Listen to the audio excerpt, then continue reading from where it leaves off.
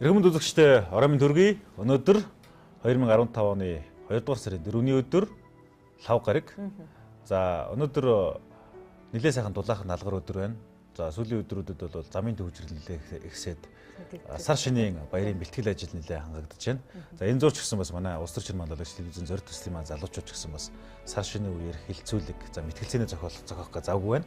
За өнөөдөр бол улс төрчин манлайлагч төслийн оролцогчдын хувьд бол эх 7 хоногт үзэгчтэй хүргэх бас тодорхой хэмжээнд асуудал хүндсэн хилцүүлгийг хийгээд за бас зарим нь бол мэтгэлцээнд одоо өөрсдийн ур чадварыг сориод тун завгүй өдөр өнгөрлөө. За энэ өдрийн нэвтрүүлгийн эхэнд манай төслийн 30 оролцогч бол яг 10 үндсэн төсөл дээр 3-3-аараа манлайлан оролцож за одоо манлайлан гэдэг нь 30 оролцогч маань бүгдээрээ л тэр төслийг хэрэгжүүлэхэд хувь нэмрээ оруулна. Тэгээ өнөөдрийн нэвтрүүлгийнхаа эхэнд үзэгч та бүхэндээ манай оролцогчдын 3-3-аараа одоо ерөнхий зохион байгуулагчаар ажиллаж байгаа 10 төслийн нэг болох хувь хүний хөгжилд чиглэсэн энэ төслийг за манай оролцогчид бас тодорхой хэмжээнд сургалт хэлбэрээр дээрэс нь кейс ажиллаж үргэсэн үүнийг бол нэвтрүүлэг болох юм хэлтгэлээ. Гарнабел институтын захиралгаан даалгавраас манай шилдэг 30 оролцогчийн нэгээр шалгарсан байгаа. За түүний институтын сургалт бол манай 30 оролцогчд маань бас ингээд төслийн нэгэн хэлбэр болж хүрч байгаа. За тэгэхээр мэдээж манлайлагч хүн эзэмших ёстой тодорхой ур чадваруудыг энэхүү лекц сургалтанд нь одоо бүтэн хамрагдсан гэдгийг онцлойлээ. Ингээд нэвтрүүлгээ хамтдаа сууж хүлээн авч үзье. Залуусын оролцоог дэмжигч Unitel Group. Ерөнхий ивент тэтгэгч яг одоо яг эндээс Pepsi брэнд. Ерөнхий ивент тэтгэгч хөгжилд хүргэх Монголын жигүүр Хүннүү Air. Ивент тэтгэгч цэвэр агаарт эрүүл амьдарцгаая шин налайх хороолол. Ивент тэтгэгч дэлхийд танигдсан Монгол брэнд Говь. Хотод ч сар шин өргөн дэлгэр болд юм байна. Ах нь ингээ хөдлөе дөө. За. Үгүй яха, сууж гараа. Хүй, агуудаа ирж байгаа. Мянгад малчаахта ямар бэлэг өгөх юм бэ хоёлаа. Харин баргийн тоохгүй дээ. Минийхөө бэлгэндээ явлаа. Тэглээ. Хундан цагаана бэлгэлвэл ямар уу? Нэрээ тгий. Алинаш. Дээ! Хурвины даллага болсон хундан цагаан карта дэлгье. Шинэхэн гарсан Unitel-ийн картаар шинийн 8-ны дотор амжид сэнэгэлвэс дахин арвжих давхар бэлэгтэй дандаа үржих ариун бэлэгшээлтэй юм аа. Ах минь. Гэлала. Тал дүүрэн бэлчих хундан цагаан сүргээс таалан бэлэгшээж хургтай хонь нэгийг зүсэлье ах нь. Зээ.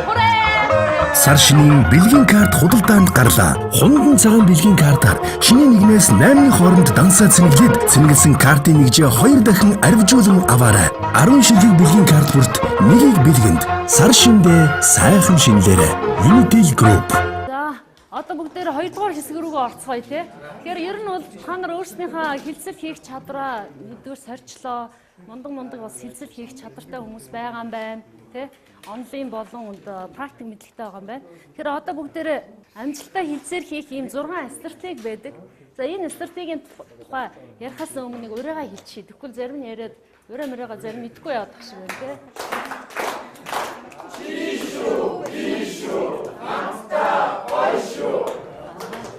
За одоо бүгдээрээ яг энэ 6 стратегийн талаар товч мэдээлэл аваад тэгээд дахиад нэг тоглоом тоглоно. За энэ тоглолтын дээр та нар бас өөрснийгөө дахиж сорих дахиж саяны энэ сурж авсан чадруудаа өөр бас нуугдж байгаа тэр чадраа ашиглах энэ боломжийг олгоно. За тэгэхээр энэ амжилттай хилцээр хийхэд хамгийн түрүүнд хувь хүний зан характер их нөлөөлдөг. Тэгээд тэр хувь хүний зан характер дотор одоо ер нь мэргэжлийн хилцээр хийдэг хүн зайлшгүй байх ёстой эдгээр чадруудыг та эзэмшнэ гэсэн үг. Нэгдүгээрт бол ёс суртахуун, ёс зүйтэй байх. Та ёс зүйтэй байснараа урт хугацаанд нөгөө клиенттэйгээ тийм ээ хилцээд орох хамтын түншлийг одоо бий болоход их чухал нөлөө үзүүлдэг. Тэгээд дээрээс нь мэдрэмж хизээ ямар үед аль үгээ хэрэглэх вэ гэдэг тийм мэдрэмж их чухал байгаад идэг юм байна. За 3 дугаарт нь уян хатан байдал. Хитрхи одоо хатуурхаад бас зарим боломжууд алдсан байж болно. Жижигхэн юмд хатуурхаад том боломжоо алдсан байж болно. Тийм ээ. Тэгэхээр энэ уян хатан байдал ёс зүй мэдрэмжтэйгээс гадна итгэлцэл их чухал байдаг. Одоо жишээлбэл би их бодралтай нэг борлуулалтын ч юм уу те 2 байгууллагын хооронд хилцэл хийгээд их бодрол миний одоо сэтгэлийн хүлээг авсан бол дараа жил дахиад инх бодролтой хэлцэт хийх юм сонирхол төрөв. Тэгэхээр урт хугацаанд энэ ёс зүй бол их чухал байдаг. Зарим хүмүүс ингэж ярьдаг байхгүй юу? Өнөөдөртөө ашиг болоод маргааш бол ямар хамаатай ч гэдэг юм уу. Иймэрхүү ойрын зайны тоглолт хийж байхад бол ёс зүй эдгээр хамаагүй байж болно. Гэхдээ дандаа хэлцээрээр мэргэсэн хүмүүс бол ийм чадруудыг бүрэн эзэмшсэн байдаг. Мэдээлэл цуглуулчаад яг гэрээ хэлцэл хийх орчныг бүрдүүлэх нь маш чухал байдаг. За энэ орчныг бүрдүүлэхэд бол албан бус уулзалт хийх үед ямар үед яг тэр хүнтэй уулзах уу? Зарим одоо том захирлуудтай албан байдлаар уулзах хэрэг ерөөсөө цаг зав гардаггүй, бид нар ч ерөөсөө цаг өгдөг шүү дээ. Тэгэхээр албан бусаар уулзах ямар боломж байна гэдгийг айгүй сайн судлах хэрэгтэй байна. Тэгэхээр одоо нөгөө голф цогтой одоо хэлцээрүүд яриад байна гэдэг чинь яг тэр үед бүх хаалтууд авцсан байдаг. Нээлттэй байх үед нь яг гол санаагаа ойлгуулахад тийм албан бус уулзалтыг зохион байгуулалт их зүгээр байдаг. За хэлцээрийг хяналтандаа аавна гэдэг ийм тактик байд юм байна. Зарим үед ингээ мухардалд орчдөг, хоёр тал хоёулаа айгуу тийм ээ ингээд өрсөлдөөд ерөөсөн ямар ч хэлцэлт зөвшөлтсөл төрж чадахгүй бол пауз очвол. Эсвэл тэр хүнд ятан үнэмшүүлэхийн тулд нотлох баримттайгаар нотолж болно. Жишээлбэл Батулга, Бачимэг хоёрын хооронд тэр хоёр баг бол нөгөө талдаа бас яасан. Баримт эдэр үзүүлэх байдлаар нөгөө хоёр талдаа сэтгэл ханамжтайгаар шийдлийг эрүүлсэнтэй. Яг ижилхэн энэ хэлцээрийг хяналтандаа авдаг ийм хоёр арга байдаг. Нэгдүгээр арга нь түрүү хэлсэн. Зэрэгцүүлэн харьцуулах, задлан шинжилгээ хийх, бодит нотлохоо өгөөд аргагүй нөхцөл байдалд байгаа юм биш үү гэдгийг ойлгуулж нөгөө хүмүүсийг яг илтгэлц одоо гэрээ хэлцээр хийх тэр боломжийг нь бүрдүүлэх ийм аргыг бас хэрэгэлдэг. Энэ нь бол учир шалтгааныг тайлбарлах арга гэж үздэг. Хоёр дахь арга нь бол идэвхжүүлэх арга. За ингээд нэг тал нь айгүй сонирхолгүй энэ манад ашиггүй шийдвэр гаргаад байна да гэсэн ийм нөхцөл байдал үүссэн байж болно тийм ээ. Тэгэнгүүт хэлцээрийн уур амьсгалыг идэвхжүүлэх янз янзын аргуудыг та хэрэгжилж болно гэсэн. Бүтээлчээр сэтгэж байх хэрэгтэй. Түрүү нөгөө өртүүлэх арга гэж энэ өрөвдүүлэх арга гэдэг чинь дандаа яг борлуулалтын яг гол зарчмууд байгаа гэдэг. За өртүүлэх тактикийн нэг хэлбэр нь бол одоо жишээлбэл би нэг одоо байгууллагт өөрийнхөө байгууллагыг танилцуулах гал очдөг. Нөгөөт нь зөвшөөрөхгүй те танах жижигхэн байгууллага гэж голдог ч юм уу. Тэгсэн чинь 2-7 хоногийн дараа дахиад би нэг ийм манайх ийм шинэ бүтээгдэхүүн гаргасан гэл. Тэнгүүт уучлаараа цаг байхгүй гэл. 3 дахь, 4 дахь, 5 дахь удаага орлого хийнгүүт эхний ээлжиндээ би үгүй гिचгсэн. Одоо нэг 4 дахь, 5 дахьт нэг ирэхээр уулзъя даач гэдэг юм уу. Энийг бол өртүүлэх тактик гэдэг. Дахин асуу, дахин боломжийг яг өөртөө бий болгох гэдэг ийм арга байдаг. Дээрээс нь энэ янз бүрийн арга хэрэглэхэд ам бус тактикийг одоо ашиглах байдлаар нөгөө талдаа бас сэтгэл үнэмшил төрүүлэх ч юм уу нөгөө хэдийг явс айлгаж болох байхгүй. Яг энэ хэлцээрийн явцад бол таны бүр ингээд тооцоолж ирснаас өөр тийм нөхцөл байдал үүсэх үед сэтгэл зүйн бэлтгэлтэй байх, яг энэ үед яаж хариу үйлдэл үзүүлэх вэ гэдэг ийм чадвартай байхыг энэ хэлцээр хийдэг, хэлцээрээр мэрсэн хүмүүс бол зөвлөж өгдөө. За одоо би та бүхэнд яг энэ сэтгэл зүйн одоо дайралт хийсэн ам бус тактикийг үзүүлсэн нэг бичлэг үзүүлье. Та нар Эрен Броквич гэх кино үзсэн үү? За тэр Эрен Броквич кино бол бас тэр чигээрээ яг хэлцээрийн кино гэдгийг та бүхэн бас мэдж байгаа. Тэгэхээр энийг бүгдээрээ хамтдаа үзээд юу ойлгосноо хамтдаа ярилцъя. Mr. Ford, in the interest of putting this whole thing to rest, PG&E is willing to offer the Jensens $250,000 for their home.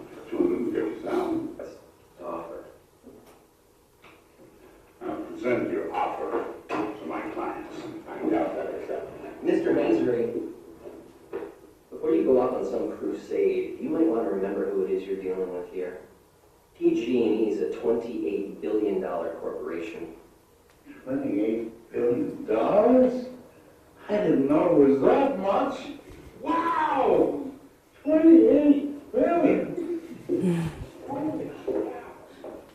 28 тэрбум долларын одоо хөрөнгөтэй компанийг та нар дийлж чадахгүй шүү гэсэн чинь өдгөл бид нар айгүй бага мөнгө нэхэмжилсэн байх. Тэгвэл өвшөө ихийг нэхэмжилтээ гэдэг ингээ гараа ирсэн шүү дээ. Тэгэхээр энэ дээр бол илүү дутуу хүн дагуулж авахаас гадна тэр залуу бас өөр айгүй том юм үг тий гаргаад нөгөө талдаа бүр яг за бид нар чинь одоо бага юм хүсэж исэн байх. Илүү их юм хүсэх хэрэгтэй байна гэдэг мэдээллийг авсан байгаа байхгүй юу тий. Тэгэхээр үгүй айгүй бодож хэлэхгүй шууд амд байснаа хэлснээрээ нөгөө талдаа өгөөш болох юм аюултай. За сайн байцгаана залуучдаа. За анхаарлаа нааш хандуулаарай. За.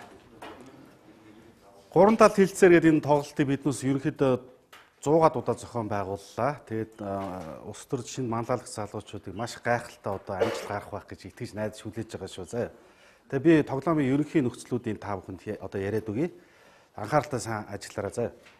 За одоо ингээд үйлдвэрлэгч, хөрөнгө оруулагч, нийлүүлэгч гээд 3 барилгын салбарт үйл ажиллагаа явуулж байгаа 3 одоо газар байна, тал байна гэсэн. Хятадын зах зээл дээр нэг том тендер зарлагдсан байгаа. Хятадд тийм ээ. Тэнд одоо Монголын 3 компани нэгдээд тэр хятадын консорциум болоод тэр хятадын тэр тендерт оролцож ялах ёстой шүү, зорилгоч. За тэгэхээр та бүгдээс би нэг төлөөл гараад ирэхийг урьж байна. Төлөөл болоод ойрхон сууж байгаа нэг гараад иртээ. За. За ингээд сонгороо. За. Танах ямар болсон бэ? Үйлдвэрлэгч тал, танах хөрөнгө оруулагч танах нийлүүлэгч тал болсон байна тий. За ийм ингээд та бүгд маань ийм талууд болсон байгаа шүү заяа. За гол зорилго нь шүү дээ тий. Гол зорилго нь нэгдүгээрх нь ашиг их хүртэх. Хоёрдугаарт нь гэрээ байгуулах. Энэ 2 зорилго тавих хэрэгтэй. Гэрээ байгуулах хэрэгтэй. За хоёр талууд хамтраад тендерд орж болно. Хоёр тал. Дангаар бол ердөөсөө тендерд орно амжилт болж чадахгүй, 0 ашиг болж чадахгүй гэсэн. 3 тал ороод хамтарч орж болно. За үндсэн юу нь бол энд байгаа даа. Үйлдвэрлэгч тал дангаараа тэг, нөгөөд нь тэг байгаас анзаарч байна тий. За нийлүүлэгч хөрөнгө оруулагчдаар хамтарсан тохиолдолд нийлүүлэгч хөрөнгө оруулагч танаа хоёр баг 50 сая за доллар ч гэх юм уу, юан ч гэх юм уу тийм ээ. Энэ бол 50 сая доллар гэж ярьчих тий. 50 сая долларын ашгийг хувааж авах юм шүү. Хувааж авах. Тэгээ ямар харьцаагаар хуваах вэ? Та нарын одоо ур чадвар шаардна гэсэн. Нийлүүлэгч үйлдвэрлэгч талууд нийлүүлэгч үйлдвэрлэгч танаа хоёр бол 70 сая доллар. Хөрөнгө оруулагч үйлдвэрлэгч одоо энэ хоёр баг маань 90 сая долларыг хувааж авна. А хэрвээ 3 тал гурлаа хамтраад оролцвол 100 сая долларыг хувааж авах юм шүү. Ойлгомжтой тий. Ерөнхий нөхцөлд бол энэ. За цаг явлаа. Тий. За манайхан анхаарлаа хандуулаарай. 2 гэрээ хүлээн зөвшөөрөхгүй, 1 гэрээ хүлээн зөвшөөрөх шүү. Тэгээ 3 талч байж болно, 2 талч байж болно, 1 гэрээ хүлээн зөвшөөрнө. Өөр газараа. За 5 минут явлаа шүү.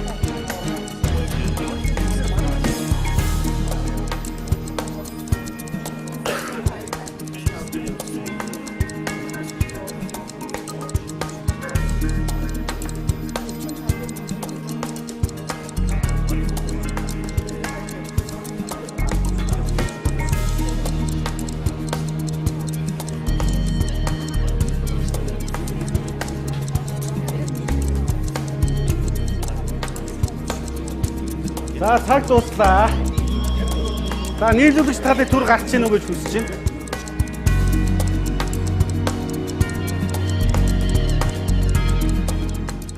За эхлэх байна болоог би өдөртөн. Аха. Биш ээ. Өөртөөдөөс харуулдаг шүү дээ. Тэгдэг үстэй. Манайхаа. Өө яах юм бэ? За би та бүхэнд ерөөсөө маш энгийн ойлгомжтой санал тавья. Та нар ер нь танаа манаа хоёр л гэрээ хийвэл хамгийн ашигтай гар. Та нар хэрвээ зөвхөн хөрөнгө оруулагч нийлүүлэгчтэй гэрээ хийвэл 50 гэдэг ашиг авна. Энээс хамгийн багадаа хамгийн боломжит 50-50-аар яхад та нар 25 гэсэн ашиг тий. Тэгэхээр бидний хувьд нөгөө талтайгаа бас яг ийм маягаар гэрээ бүрэн боломжтой. Тэгэхээр бид нар та нарт 64 26 гэдэг санал. Нэгээр илүү. Манайх тий. За ийм санал. За. Санал. Тий. Саналыг ойлголоо. Тэгэхээр танах бол одоо нийлүүлэгч үйлдвэрлэгч хоёр нийлвэл 70 гэж байгаа тийм. Танах яг одоо нийлүүлэгчтэй хилцээрт орох одоо 64 6 гэдэг санал тавих гэж байна тийм. Тэгэх гэж байна тийм. Бидэрт бас нийлүүлэгчтэй харилцах боломж бол байж байгаа. Нийлүүлэгч бол мэдээж хоёр талд бол гараа тосох байх тийм ээ. Юу ч гэсэн бид нар бол нийлүүлэгчтэй хилцээрт орно. Тэрний дараа бол эцсийн шийдвэр гаргах. Одоо бол та бүхэнд хэлэх юм бол хэдүүлээ 90 дээр 50-50. Тий. Хоёр хувьтайгаа уулзах боломж байгаа. Нийлүүлэгчтэй муу ялгаагүй бас 26 гэсэн ийм санал байна. Танай тал манай тал хоёрыг бол хамгийн ашигтай. Тэгэхээр ерөөсөө 45 сая гэх юм бол бусад бүх гэрээг хийсэнтэй бид нар бол илүү ашигтай.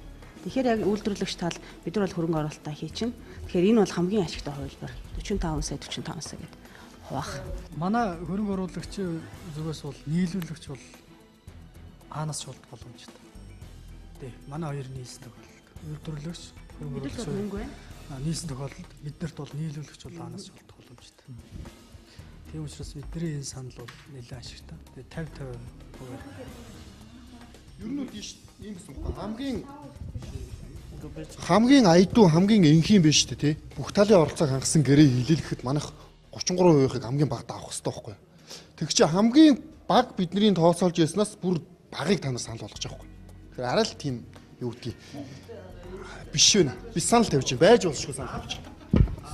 За та тэгэхээр нэг сайн бод 2 дугаар ээлжийн уулзлан дээр бид нар бол яг юу яаж байгаа. Одоо 64 26-аас нэг их амар хөдлөхгүй.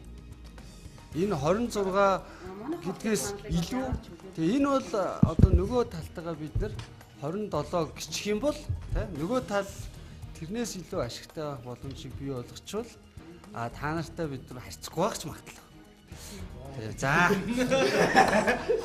За тэгэхээр нэмэлтээр хэлэхэд манай байгууллагын маань давуу тал нь бид нар маш олон туршилтаа нэлээд хит хитэ хотхнуудыг барьсан, ард иргэдэд нэлээд одоо танигдсан. Тэгээд нэлээд тийм сонирлог тийм туршлагатай байгууллага байгаа. Тэгээ ер нь бол манайд ч гэсэн нэг давуу тал байгаа. За цаг дуслаа. За үйлдвэрлэгчдээ сууж байгаараа. За үйлдвэрлэгчдээ сууж үлдэн шүү. За хөрөнгө оруулагч талыг төр одоо гадаа гарч ярилцлага хийж гинүү гэх.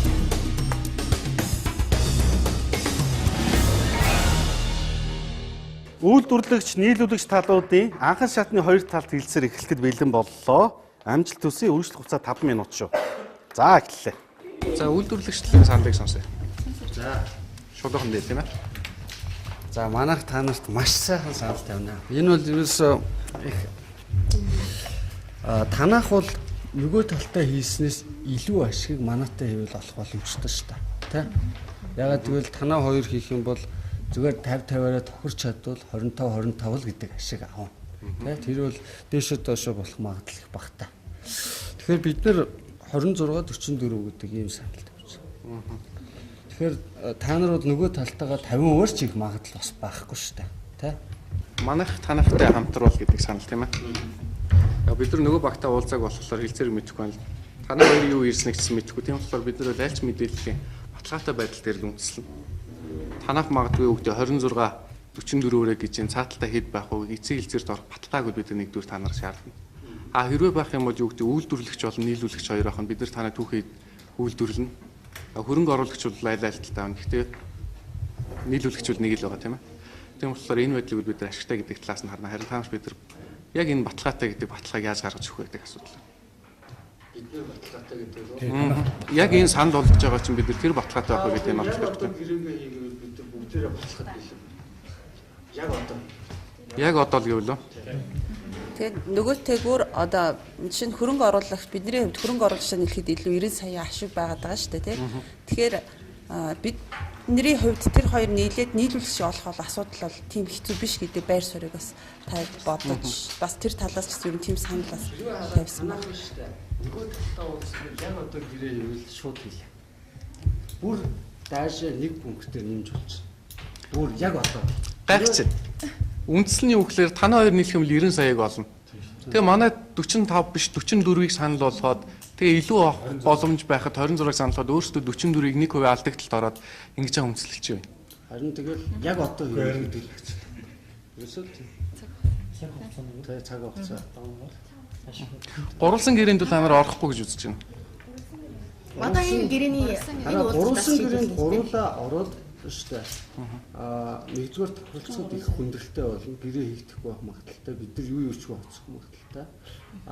Тэгээ 30-30% ашигтай байх тий. Энэ бол маш бага байхгүй. Тэгэхээр тэрнтэй дөхүүдэд бид нар яг одоо нэг нэмээ 27 гэдэг чинь ерөөсөө 30 руугаа төгссөн. Найдвартай нөгөө гурван талт гэрээний танаа хувьд бол танаа манай хувийн асуудал шийдэж байгаа. Нэг юм асуудал байна. Нэг шууд ярилцсан юм. За манайх нөгөө талтай явбал 25 мянган ашиг. Танаа манай хоёр шууд хоёр талд одоо гэрээ байгуулж чадах юм бол 35 ашигтай. Тийм ээ. Танаа хоёр тал одоо манайхыг чинь хасаад та нар хөрөнгө оруулагч, үйлдвэрлэгч хоёр хоорондоо гэрээж чадах юм бол 45 мянган ашигтай. Гэтэл дөнгөсөө танах хөрөнгө оруулагчтайгаа уулзчлаа шүү дээ. Хоёр талын гэрээ хийжлээ тийм. Уулзалтаа хийжлээ. Гэтэл манаа дээр ийм 44 гэсэн ийм өндөө санал тавьж байгаа. 26 гэж тавьж байгаа.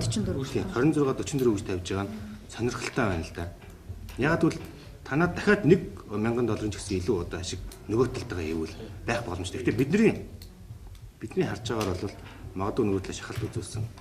Энээс бага одоо дүн байх боломж байсан. Бэлтгэн биш ээ. Биш. Брендинг үн юм байсан.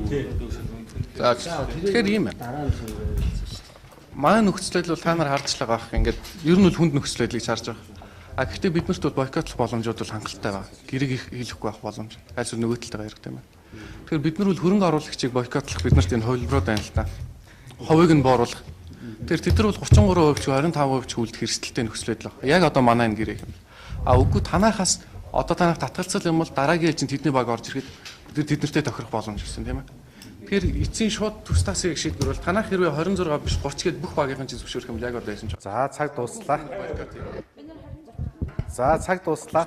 За хөрөнгө одоо нэг давуу тал шүү. Бид нэр цаг дууссан. хаансан дараа эднийхтэй уулзах юм. За үйлдвэрлэгч тал төр гарч байгааг үзэж байна. За нийлүүлэгчдээ сууж байгаарай. Хаана сууж байгаа?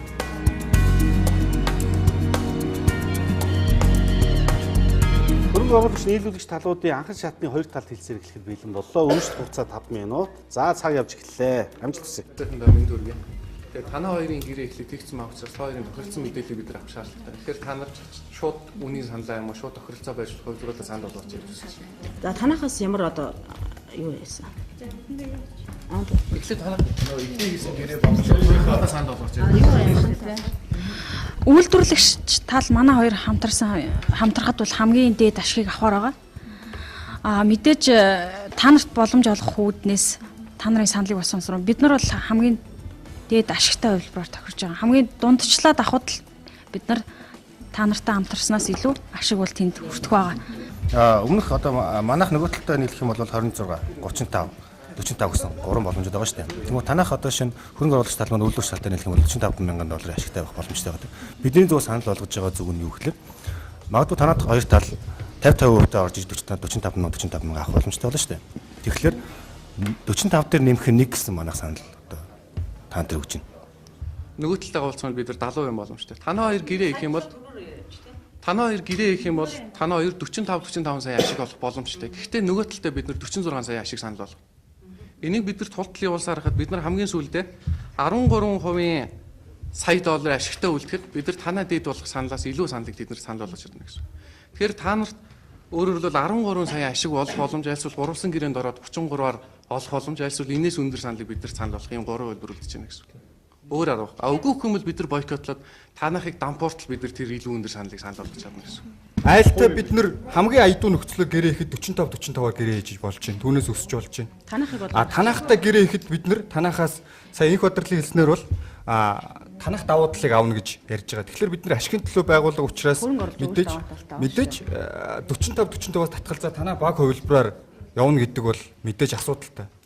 Тэгэхээр танах нөгөө талдаа орцоход 13 сая бид нар тултны болоод та нар 13 сая ийм ашигтай үлдээж. Уучлаарай нэг асуулт байна. Батлуулга дээр хасаг тааруулах юм бол уучлаарай. Нэг хасаг тааруулах юм бол бид нар 13% хүртэл чинь төрөлхөн явуулна. Танах 13 тал үлдэнэ гэсэн үг. За хөрөнгө оруулагч талаас бид нар Та нар 13 сая үлдэхгүй аль эсвэл боруулсан гэрээрээ угаа ороод 33 авна гэж нөгөө талаа хамтдаа бойкотлох аль эсвэл илүү өндөр санд болох юм. Бид нар танахаг бол нэг унах юм бол 13 энэ дээр жоохон бодтоо ярих хэрэгтэй тийм ээ. Манайх бол хөрөнгө оруулагч мөнгө гаргах гэж байна. Манайх мөнгө хааж байна. Тэгвэл бид нар зөвхөн ашиг яриад. Энэ хөрөнгө оруулалтын тоо гэдэг чинь хэд вэ? Эдгээр 50 сая доллар хувааж авах тухай л яриад байна шүү дээ. Тэгтэл цаан чи хөрөнгө оруулах мөнгө чинь хэд вэ? 500 сая. Тэр хэмжээний мөнгийг бид нар гаргана. Тэгтэл яахаар бид нар их мөнгө гаргачаад 5 сая долларын ашиг авах хэрэгтэй. Эдний багийн даваа унах дээр тэгэхээр та яг энэ талаас нь бодох хэрэгтэй байхгүй. Манайх дээр унах дээр гарна гэдгийг бодох хэрэгтэй. Тэгтээ хөрөнгө оруулагч гэдэг бол мөнгө гаргадаг гар. Тэгтээ энэ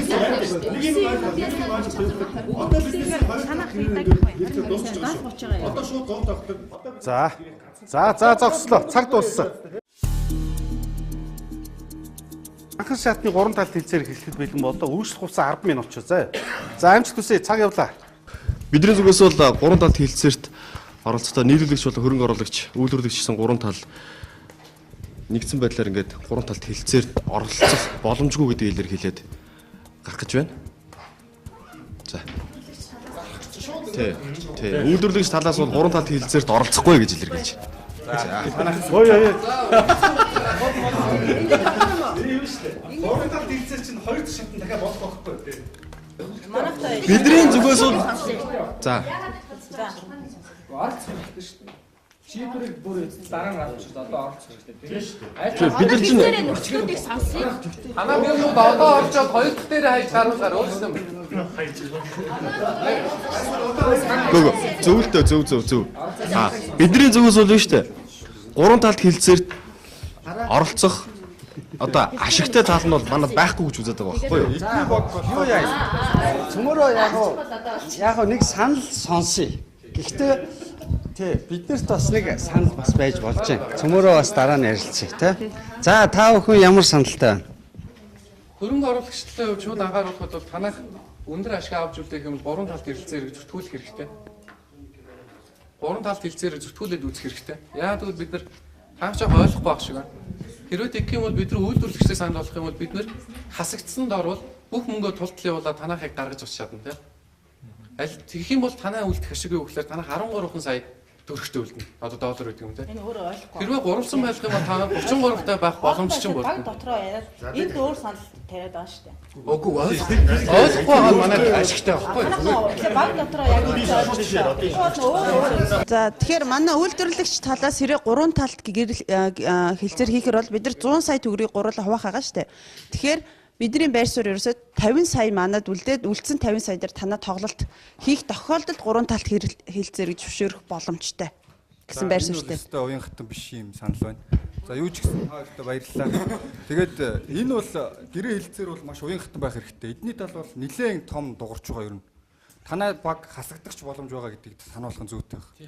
Ер нь бол тэгээд эдний баг болохоор бас боломжтой нөхцлүүдийг танилцуулсан түрүүчийн уулзалтаар бид нэлээд уян хатан байдлаар хилэлцсэн гэдгийг ярих нь зүйтэй байх. Уулз тайж гарна гэд бид нарыг нэлээд аргагүй байдалд оруулах тийм тактикийг ашиглаж байгаа шиг байна. Гэхдээ бидэнд бас давуу талт байгаа. Айлтай латаа тоглох боломж байгаа гэдгийг ойлгоцгоо ярьж байгаад баяр эрдэнэ баярлалаа. Юу гэхээр танад давуу тал байгаа учраас хинтээ яаж чарцсан магадгүй гэдэг боломж байж магадгүй.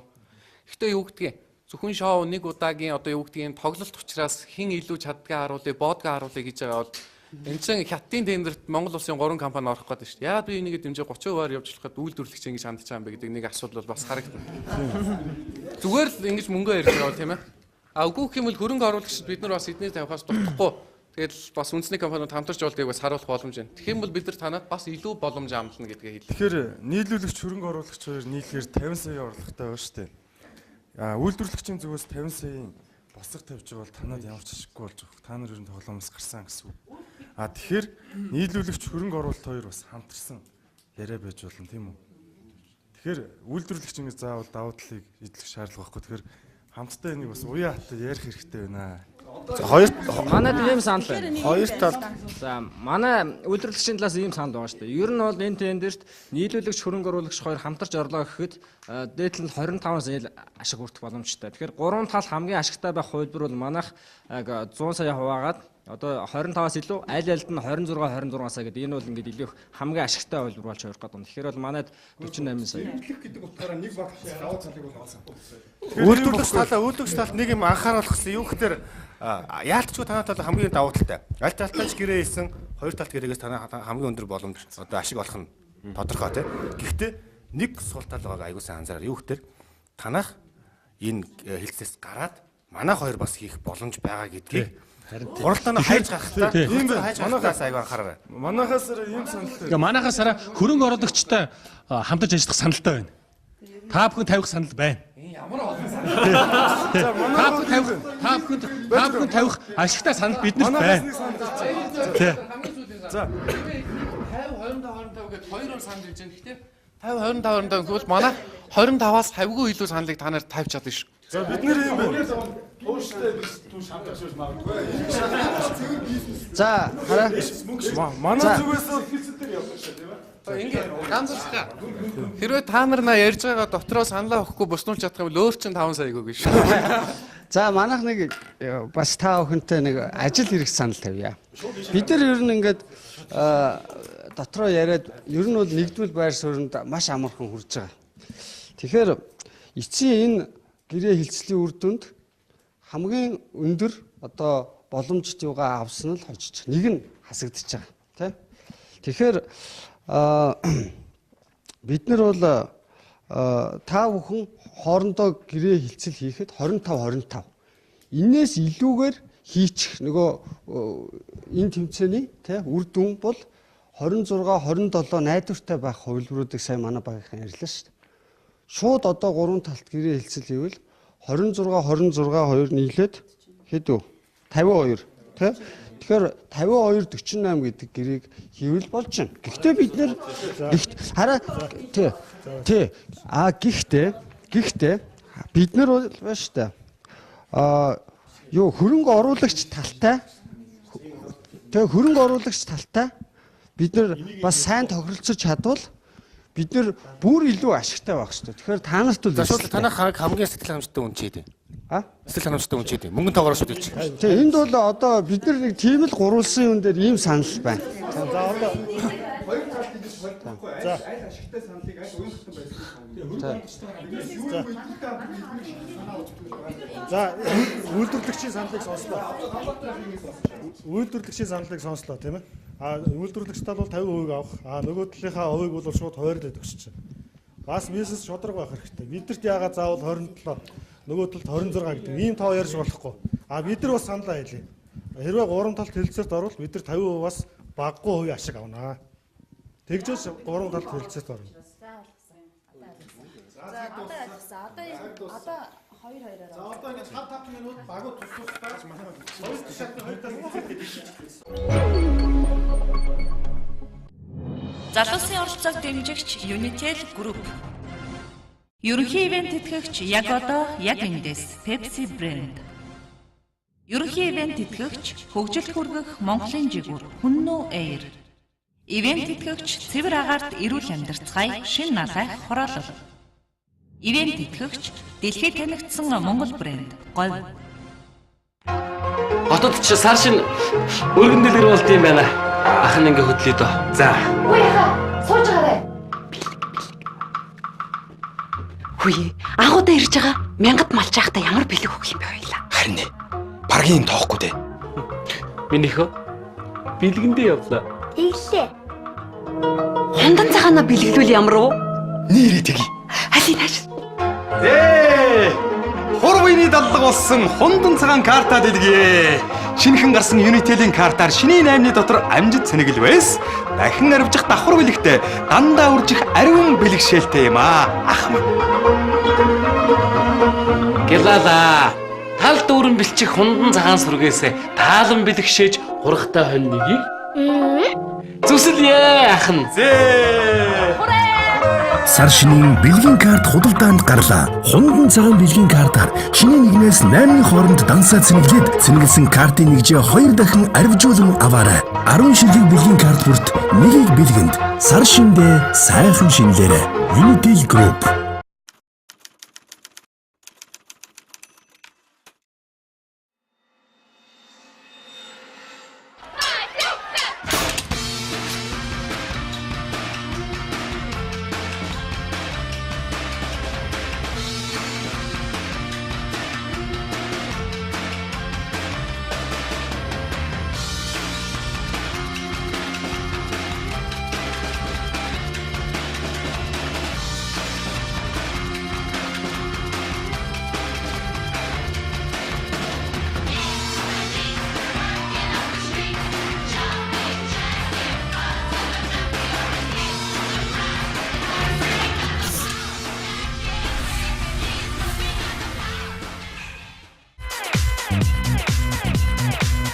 ашиг байгалийн мөнгө.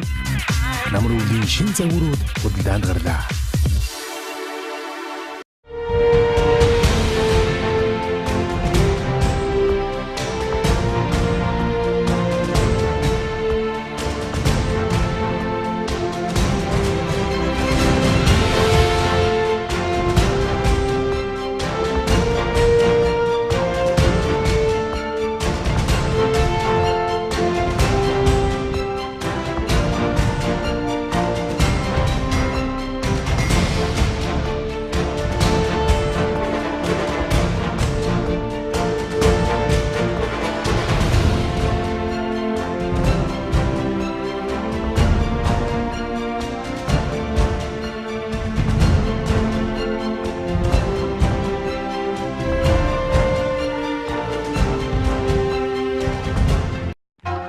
Хотод ч сар шин өргөн дэлгэр болд юм байна. Ах нь ингээ хөдлөе дөө. За. Үгүй яха, сууж байгаарай. Хүй, агуудаа ирж байгаа. Мянгад малчаахта ямар бэлэг өгөх юм бэ хоёлаа. Харин ээ. Баргийн тоохгүй дээ. Минийхөө бэлгэндээ явлаа. Тэглээ. Хундан цагаана бэлгэлвэл ямар уу? Нэрээ тгий. Алинаш. Хурвыны даллаг болсон хундан цагаан карта дэлгэе. Шинэхэн гарсан Unitel-ийн картаар шинийн 8-ны дотор амжид цэнэгэл байс. Дахин арвжих давхар бэлэгтэй дандаа үржих ариун бэлэгшээлтэй юм аа. Ах минь. Гэлала. Тал дүүрэн бэлчих хундан цагаан сүргээс таалан бэлэгшээж хургахтай хонь нэгийг зүсэлье ах нь. Сар шинийн бэлгийн карт худалдаанд гарлаа. Хундан цагаан бэлгийн картаар шинийн 1-ээс 8-ны хооронд дансаа цэнэглээд цэнэглэсэн картын нэгжээ 2 дахин арвижуулан аваарай. 10 шилдэг бэлгийн карт бүрт нэгийг бэлгэнд. Сар шиндээ сайхан шинлээрэ. Unitel Group.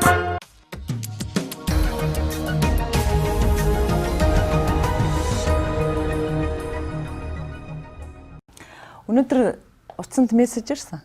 Одоо яг сүүлийн үед бол хүмүүсийн одоо анхаарал татсан бас ярианы сэдв болсон юм сэдв байна л да. Засгийн газар өөрөөр хэлбэл ерөнхий сайдын зүгээс ард нийтийнхаа бас санаа бодлыг сонсъё гэсэн. Тэгээ энэ дээр би зөвхөн хувийн өөрийн зүгээс хариултаа бичсэн. Би хувийн байр суурь хэлэх үү. За зарим хүмүүс нь болохоор зөв одоо төр засаг иргэдээ сонсож гэнэ гэж нэг агуулгаар ярьж байна. Зарим хүмүүс нь болохоор зөвхөн хоёрын юм багтаа яадгийн утсаар авах нь бодиттой биш ч гэдэг юм уу. Би юу гэж бодож байна гэхэлэр ер нь санал асуулга мөн үуч гэдэг юм уу. Тий. Ер нь чинь иргэний оролцоо шууд ардчлал иргэдээсээ асууж шийддэг бай эднэр гэл ингээл дээрд оргуул яриад байгаа зү. Шилэн данстай бол ил тод бай эднэр гэд. Аливаа засгийн газар бодлого боловсруулж байгаа шийдвэр гаргаж байгаа төвчний хүмүүс ямар нэгэн тэр шийдвэр гаргахаас өмнө иргэдээсээ асуух нь бол би зарчмын зөв гэж бодож байгаа. Иргэдээс асуух олон хэлбэрүүд гэж болно. Магадгүй хэлбэрүүд нь алдаа оноотой юм амжилт бүтээлтэй байж болно. Яг сонгуул шиг ард нийтийн санд асуулгыг гээд та хорон дээр саналаа өг гэдэг шиг саналаа өгөх юм бол маш их зардалж иргэдэл гарам чинь 4 жил тутам нэг удаад болдог зүйл шүү дээ. Гэтэл энийг ингээд технологийн шийдлийг ашиглаад хурдтайгаар хийчихвэл зөв. Энд чинь одоо нэг удаад л ингээд асуугаад таг болгох чинь гэсэн үг шүү дээ. Байн энэ үйл явцыг явна. Тэр эхлэл нь ингээд зөв тавигдж байна л гэж би бодож байна. Тэр бол би засгийн газрын ерөнхий сайдын шийдвэрлэлийн хийж байгаа алхмыг бол санаачлаг зарчмын хувьд бол өрөнд дэмжиж байгаа. Ард иргэдээ сонсох хэлбэрийн хувьд бол өөрөө дэмжиж байгаа юм. Яг доторх санал асуулгын хувьд тэр тустай асуудал байхгүй. Тэр тустай асуудал. Дахиад одоо шийдвэл тэр нь 2 хуулиар байх байсан уу? 3 хуулиар байх байсан уу? 4 хуулиар байх байсан уу? Эсвэл хүн өөрөө нэмдэг хуулиар байх байсан уу? Гол нь эхний алхмал их чухал байхгүй. За хоёулаа нэвтрүүлгээр. За нэвтрүүлгээ үргэлжлүүлээ. Тэгээд мэдээ сахи гэд булан маань үзэгчтэй хүрээд бараг 2-7 хоног өнгөрч байна. Тэгэхээр энэ булангийн зорилго бол Монгол улсын хэмжээнд одоо дагаж мөрдөгдөж байгаа хууль за түүнтэй дүүцэх дүрм журам дээр хэрэгжихгүй байгаа заалтуудыг залуучууд маань тодорхой хэмжээнд анализ хийгээд за яавал хэрэгжиж болох уу гэд нэг талаар шүүмжлэлтэй за нөгөө талаар асуудал дэвшүүлсэн юм болон одоо нэг юм логик харагдаад байгаа юм. Манай залуучуудын хувьд нэлээд олон асуудлууд дэвшүүлэхэд за архитай холбоотой тусгай зөвшөөрлөлтэй холбоотой асуудлууд гарч байгаа юм. За эрүүл мэндийн даатгалтай холбоотой миний мэдхийн л 3 4 дэх нь гарч ирж байна. Тэгэхээр эрүүл мэндийн салбар даатгал тэд дотроо эрх зүйн зохицуулалтын талбарт хийх ажил их байна гэдгийг л энэ бол илэрхийлж байна гэсэн үг. Тийм учраас одоо манай телевизэг эрүүл мэндийн яамныхан, эрүүл мэндийн спортын яамныхан үзэж байгаа бол шилэг дамсаад үзэж байгаа бол бас яг энэ манай залуучуудтай яг энэ сэдвээр тийм ээ тусгайлан уулзаад энэ эрүүл мэндийн даатгалын холбогдлолтой эрх зүйн баримт бичгүүд дээр ер нь саналуудыг нь тусгаж авбал яасан юм бэ те. Ийм шийдвэрүүдийг ингэж гаргалаа гэдэг юм ил байх юм бол хэцүү болох юм болов уу гэж бодож байна. За ингээд Увс аймгаас оролцож байгаа хөдрийн дас зэвэг үндсэн хуулиар олгогдсон эрүүл мэндийн үйлчилгээ авах эрхийг хүндсэн байна. Тэгээ яг энэ хүрээнд бол бас олон нийтэд уулзаж ярилцсан байна. Тодорхой сурвалжлагуудыг бэлдсэн байна. Ингээд мэдээ сахиу болондоо урьж байна.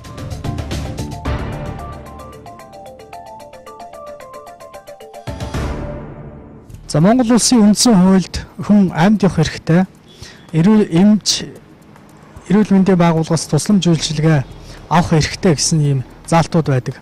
Тэгэхээр эрүүл мэндийн тухай хуулийн дээр энэ үндсэн хуулийн зүйл заалт хэрхэн одоо шингэж өгсөнийг бид бүхэн олон эрүүл мэндийн байгууллага эмнэлгүүдээр орж бас үзлээ. Тэгээд энэ үзээ явж явах явцад бас эмнэлгийн байгууллагын коридорт хэвтэж байгаа үйлчлүүлэгч нар гадаа одоо уучралж байгаа иргэдүүд ер нь эрүүл мэндийн тухай хуулийн талаар мэдлэг бол маш муу байна. 10 хүнээс эрүүл мэндийн тухай хуулийн иргэн хүний эрхийг асуухад 9 хүн нь одоо энэ зүйл заалтыг бол мэдэхгүй байна. Эрүүл мэндийн тухай 43-1 эрүүл мэндийн хамгаалах талаар дараах эрхийг эдлэнэ. 43-1 эмч эрүүл мэндийн байгууллагаас тусламж үйлчилгээ авах. 43-1-2 өрхийн эмчээс сонгон бүртгүүлэх. 43-1-3 өөрийн эрүүл мэндийн тухай мэдээллийг эмч эрүүл мэндийн байгууллагаас авах. 43-1-4 халдвар төвчнөөс бусад тохиолдолд эмчилгээ, оншилгоо, шинжилгээ хийлгэхээс татгалзах. 43-1-5 хүний эрүүл мэндэд харш үйл ажиллагаа явуулж байгаа аж ахуй нэгж байгууллага иргэний талаар холбогдох байгууллагад өргөдөл гомдол гаргах. 43-1-6 эрүүл мэндийн боловсролоо дээшлүүлэх зорилгоор эрүүл мэндийн байгууллага ажилтнаас мэдээлэл авах. 43-1-7 хуулийн хүрээнд өөрийн эрүүл мэндтэй холбоотой мэдээллийн нууцыг хадгалуулах. Яагаад энэ хуулийн цаархаа гараад байна? 98 оны хуулинд ч гэсэн 11 хуулийн оны одоо шинжилсэн найруулагч ч гэсэн манай эрүүл мэндийн шинжилгээ ухааны их сургууль тухай одоо ангаахын шинжилгээ ухааны үндэсний их сургуулийн эрдэмтэн багш эднээс саналаад харамсалтай тэр санал болов. Ажлын хэсэг дээр нь очиж хасагддаг юм уу? Кэлт цүлгээ явагддаг юм уу? Манай зөвлөхөөр ерөөсөө инновацч байхгүй эрүүл мэндийн систем. Өөрөөр хэлбэл эрдэм судалдыг судалгааны баялаг өвдөр тулгуурлахгүй энийг судлахгүй байна. Тэгэхээр энийг нэг тулгуурлахгүй юм чинь бол одоо эндээс бол давал гарах хэрэгтэй. Бидний үгийг сонсох хэрэгтэй. Энэ иргэдээс бас нэг судалгаа хийж үзлээ багш. Тэгээд эрүүл мэндийн тухай хуулийн дээр та заагдсан эрхээ одоо эрх үүргийн талаар мэдхүү гэд эрх үүргийн зааж өгөхд 90% нь бол энэ талаар мэдэхгүй байна. Тэгээд энэ эмнэлгийн коридорт хэвчж байгаа энэ эрхээ эдэлж чадахгүй байгаа энэ асуудлаа иргэд бол эмнэлгийн байгууллагын эмч ажилчдаас бурууга нэг хайх юм аа. Тэгэхээр эмч ажилчин бас өөрөөсөө иргэн биз дээ. Энэ талаар ер нь эмч ажилтны эрх бас зөрчигдөж байгаа асуудал ер нь хэр байд юм бол? Эмч эндгийн мэрэгчлэнүүдийн эрхийг зөрчиж байгаа энэ асуудал бол төв байлаа. Яагаад гэвэл би сая тэр эрүүл мэндийн хуулийг боловсронгуй болгох тухай асуудал манай эрүүл мэндийн тогтолцоог, өнөөгийн тогтолцоог шинжилэхэд бол эрүүл мэндийн тогтолцооны төвд нь эмч эндгийн мэрэгжилтнүүдийг өөрсдөө тавьж нийгмийн асуудлын шийдвэрлэх, тэднийг ажиллаж хөдөлмөрлөх, бололцоогоор хангах энэ бүгдээс эхлэх ёстой. Эрүүл мэндийн тухай 43-1 эрүүл мэндийн хамгаалах талаар дараах эрхийг эдлэнэ. 43-1 эмч эрүүл мэндийн байгууллагаас тусламж үйлчилгээ авах. 43-1-2 өрхийн эмчээс сонгон бүртгүүлэх. 43-1-3 өөрийн эрүүл мэндийн тухай мэдээллийг эмч эрүүл мэндийн байгууллагаас авах. 43-1-4 халдвар төвчнөөс бусад тохиолдолд эмчилгээ, оншилгоо, шинжилгээ хийлгэхээс татгалзах. 43-1-5 хүний эрүүл мэндэд харш үйл ажиллагаа явуулж байгаа аж ахуй нэгж байгууллага иргэний талаар холбогдох байгууллагад өргөдөл гомдол гаргах. 43-1-6 эрүүл мэндийн боловсролоо дээшлүүлэх зорилгоор эрүүл мэндийн байгууллага ажилтнаас мэдээлэл авах. 43-1-7 хуулийн хүрээнд өөрийн эрүүл мэндтэй холбоотой мэдээллийн нууцыг хадгалуулах. Энэ удаагийн хуулийн нэвтрүүлгээр эрүүл мэндийн тухай хуулийн 43 дугаар зүйлийг бол та бүхэнд дэлгэрэнгүй танилцуулгыг зорьсон. Тэгээд 43 дугаар зүйл дээр юу гэж заасан бэ гэхээр иргэн хүн эмч эмнэлгийн байгууллага сонгох эрхтэй гэсэн ийм зүйл заалт 1998 оны хууль дээр бол байсан. Энэ 2011 оны хууль дээр бол ямархуу болж өөрчлөгдсөнийг сая нь одоо манай багш нар бас ярьсан байгаа. Тэгэхээр энэ зүйл заалт дээр юу вэ гэхээр өрхийн эмчээ сонгож бүртгүүлнэ гэсэн нэг юм заалт байгаа. Тэгэхээр эрүүл мэндийн анх шатны тусламж үйлчилгээг өрхийн эмнэлгээс гадна сумын эрүүл мэндийн төв бас үзүүлдэг гэдгийг та бүхэн мэдж байгаа. Тэгэд энэ хуулийн булангаараа аливаа нэг эмч эмнэлгийн байгууллагыг бол үйл ажиллагааг нь одоо шүүмжлэх гэсэнгүү хамгийн гол нь иргэд бол эрүүл мэндийн тухай хууль тэр дундаа иргэн хүний эдлэх эрх үүргийнхээ талаар бол мэдлэг бол хангалтгүй байна.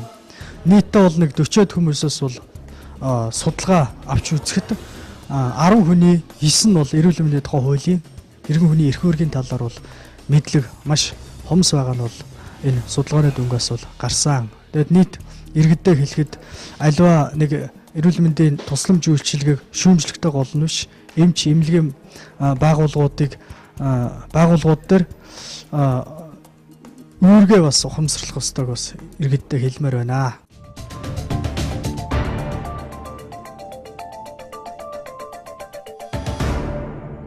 Хамгийн гайхамшигтай юм чи хүний сэтгэл шингэсэн юм байхгүй. Ажил хийсэн ч тэр, аливаа нэг юм бүтээсэн ч тэр, туйрвсан ч тэр. Хүн нөгөө ажил хийгээ цалиа авч байгаа бол тэр нь сэтгэл шингэсэн утга учиртай байх юм бол тэр чинь хамгийн том кайф биз. Номын юу гинэ? Би бол номын баримтгэл гэж мэд. Номын шогол гэдэг энэ эзэн төрний төвс номонд маань зориулж манай оператор Алтан шагаа юм хийж өгч байгаа байхгүй юу?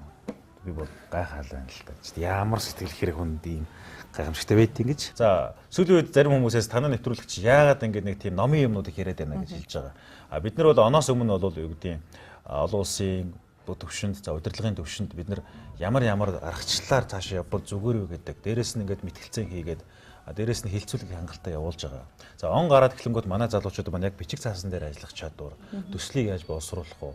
Хууль эрх зүйн хэм хэмжээний зохицуулалтын дээр бас ямар одоо яах нь хандлагаар хандах уу гэдэг нэлээд бас нэг хүн харахад уйтгартай юм шиг нөгөө талаасаа нэлээд чимэглүүр ажил руугаа ингээд шилжээд орцсон байж байгаа. За тун удахгүй энэ сарын сүүлээр манай залуучууд бас Америкийн нэгдсэн улс руу тусгай мэрэгшүүлэх удирдлагын хөтөлбөрт хамрагдана. За түүний дараагаар ирээд нэлээд одоо үргэлжилсэн орон нутагт ажиллах нэлээд бидний хэлдгээр акшн гэж хэлдэг. Идэвхтэй үйл ажиллагаанууд явуулах юм хуваартай байгаа. Төсөл маань нэлээд урт хугацаанд явагдаж байгаа учраас бас үзэгч та бүхэн манай төслийг төвчээртэйгээр сонгон үзлэгт бид бас байнга талархдаг хэлмээр байна.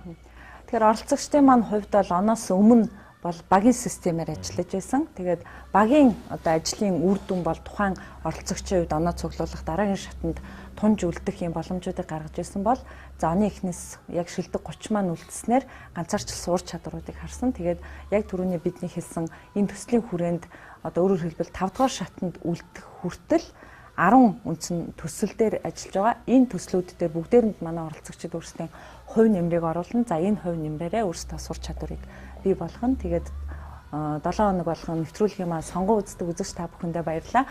Маргааш пүрэв гарагт шинэ дугаараар иргэд уулзъя. Баяртай үзэгчтэй.